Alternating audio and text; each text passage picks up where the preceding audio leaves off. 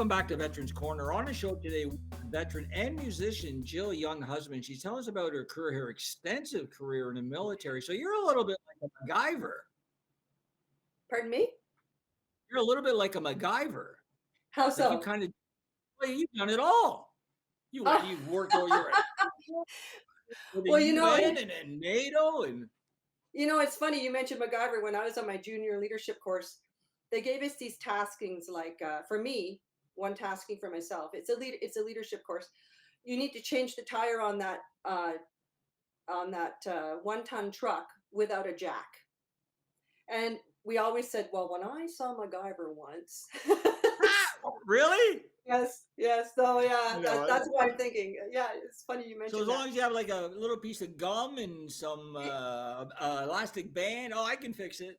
Yeah, and we basically, we needed 8 people and a tree stump and a board, and just to lift it up, and we did it. We did it. Yeah. So tell me. So again, you served 17 years in the military. I'm just promoting as we're speaking. So you served Yes. 17 years in the military, and when did you get out? I got out in 2000 here in Edmonton. Okay, Yes. so you've been out for almost 25 years. Yes, I can't believe it. Now, I know we were talking offline that you're on disability leave through the military. And without getting too personal, can you tell us what you want to tell us about that sort of scenario? How that not how it happened, but you know what I mean? Just I'm sort of happy to share with what. Yeah. Okay. So when I was finished when I got posted back to Canada in 1997 from Germany, I started developing some musculoskeletal issues, and so what the Canadian Forces has is a standard called universality of service. And so every year you have to meet the physical requirements of a soldier to keep your position in the military. You have to be able to do a fireman carry a stretcher. You got to do a ruck march for 13 kilometers with a 70-pound pack. And you have to meet the physical fitness standards. I think there's a run, and there's a number of push-ups, sit-ups, etc. I couldn't do that because of my spinal condition, because of my pain. Okay. And so with that, they offered me a medical release and a medical pension. And then at that time, they came in with a brand new program called with a vocational rehabilitation through our life insurance plan within the military.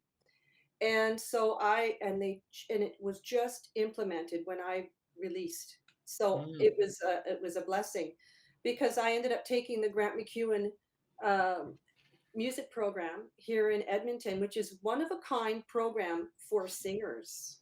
The jazz.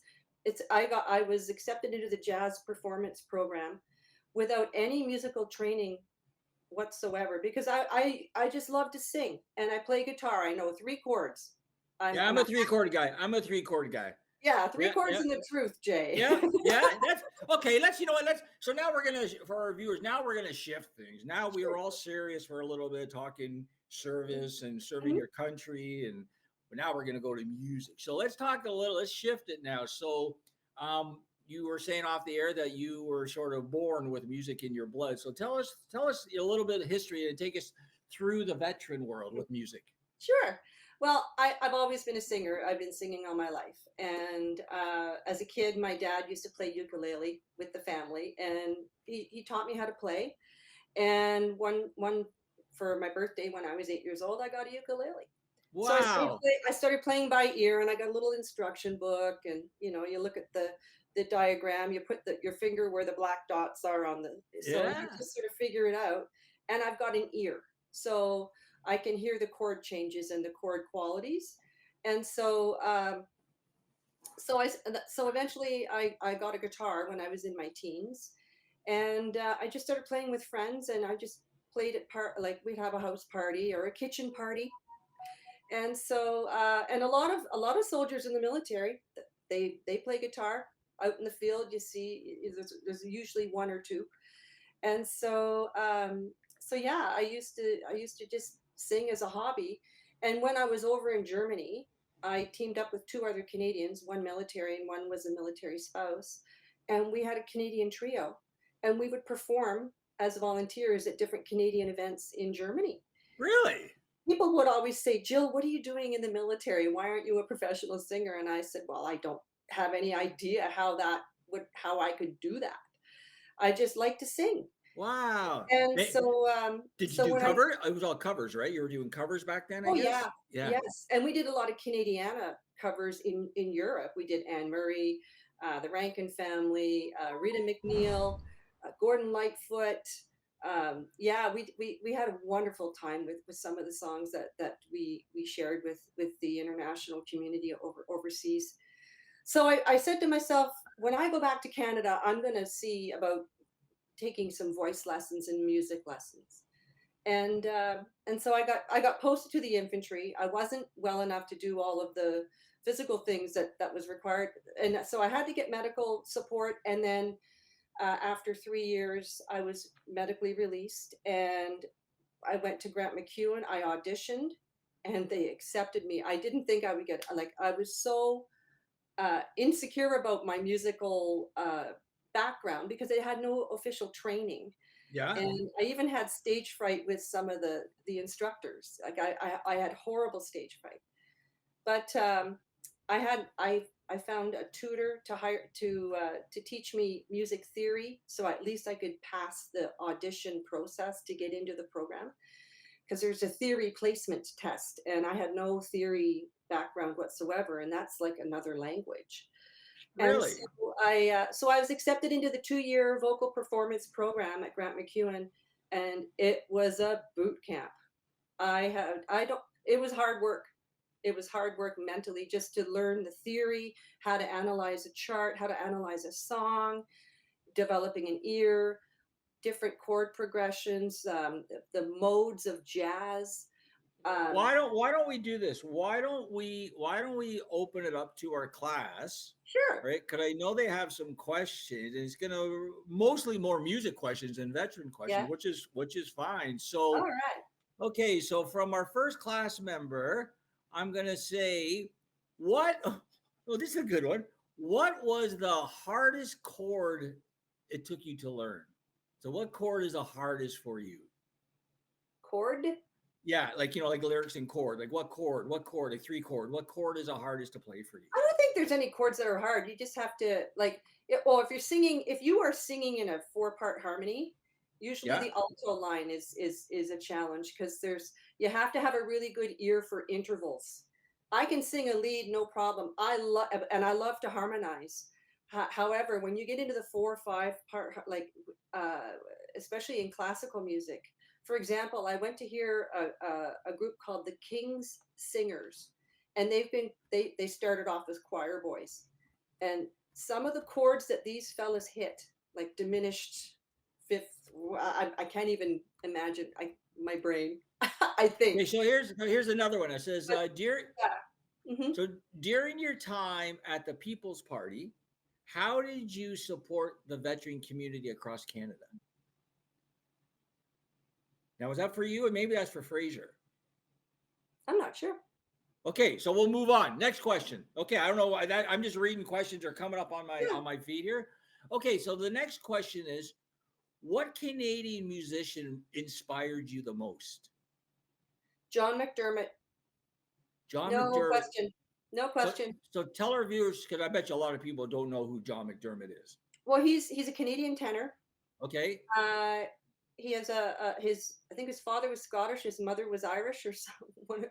And I've Okay. seen him many times, but he came out with an album uh, 30 years ago, I think, and it was an album of traditional songs and songs of meaning. And he recorded a song called "The Green Fields of France," and it's written by Eric Bogle, and it's a folk song, and it tells a story about someone visiting a Commonwealth War cemetery in Europe.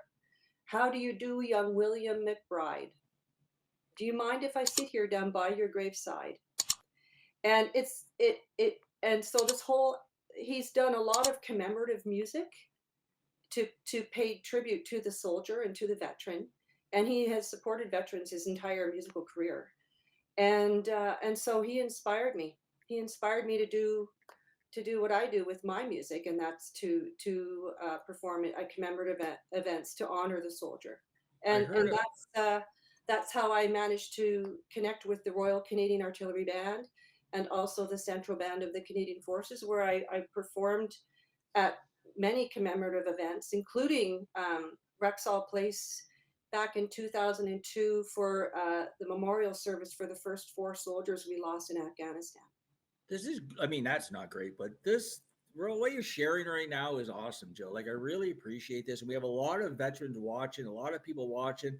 I got a couple more questions for you. It says here, what is the greatest experience you had while on duty for the Canadian military? Mm.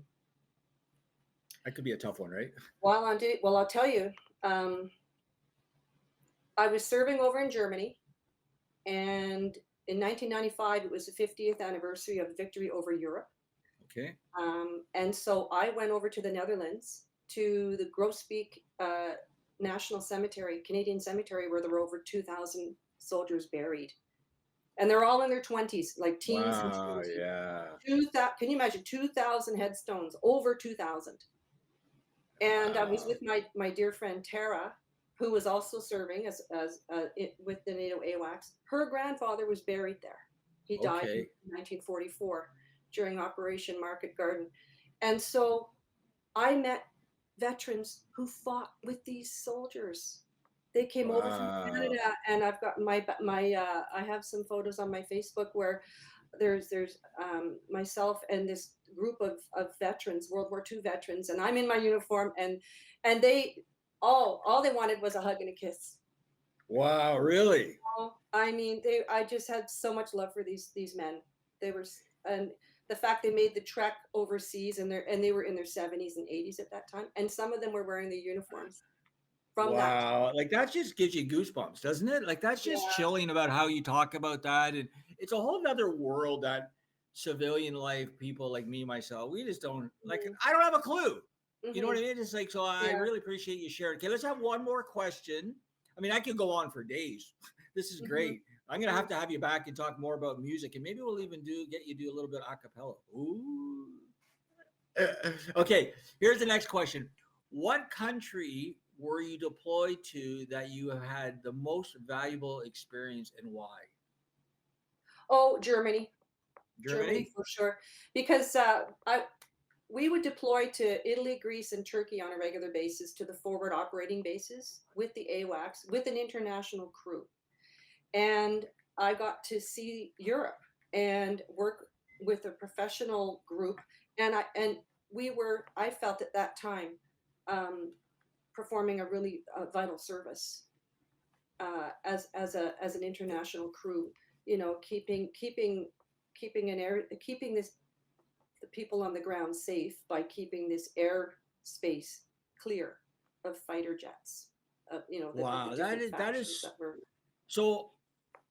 And and I also This lived is, I near the love that. Dutch-Belgian border, so I could go to different countries on a weekend and go to different markets and so on. So I got an appreciation for travel, and I also saw, because Canada is an international. We have so many different cultural communities here in Canada, and it was nice to see that Italy and Greece and we went to Yeah. Norway, went to Denmark, um, you know, so and went to Spain, went to Seville, Spain for an exercise for 2 weeks at one time.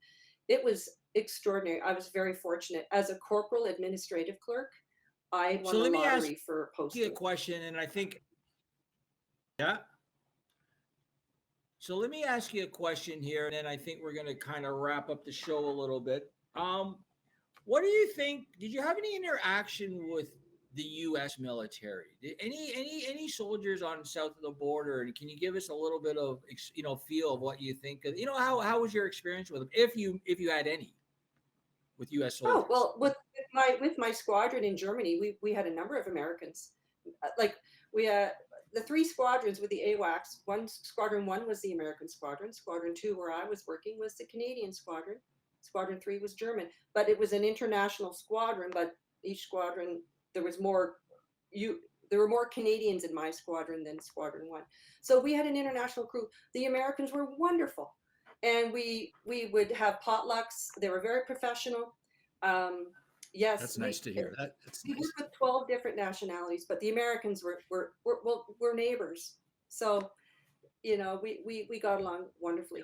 It's funny. I just want to share a little story, and then we're going to wrap the show. I'm going to come back and give it a couple updates. But I really want to thank you for being on the show today, Joe. Very, very enlightening. I love that you're sharing your stories. Here's a little story that a Canadian veteran shared with me. He says, "Okay, Jay, when we're in the foxholes or whatever, I'm probably obviously using the wrong lingo, but basically, when we have our targets, the Americans, they fret, they hold on, they double check, they make sure the target is just the target, and da da da." He goes, "Canadians, when we have a target, we just wipe out the whole place, just boom, knock it all out." Like, it was so funny when he said that to me. He goes, "Americans, they're so precise." He goes, "When Canadians, when they got a job to do, they just go in and they knock it out." It was so funny when he told me that story. So I really thank you for coming on the show today, Jill. And you're doing a wonderful job with Lori on the Today Show, just showcasing employment opportunities, veteran stories, the disability community. So I really thank you. Give a big shout out to Edmonton.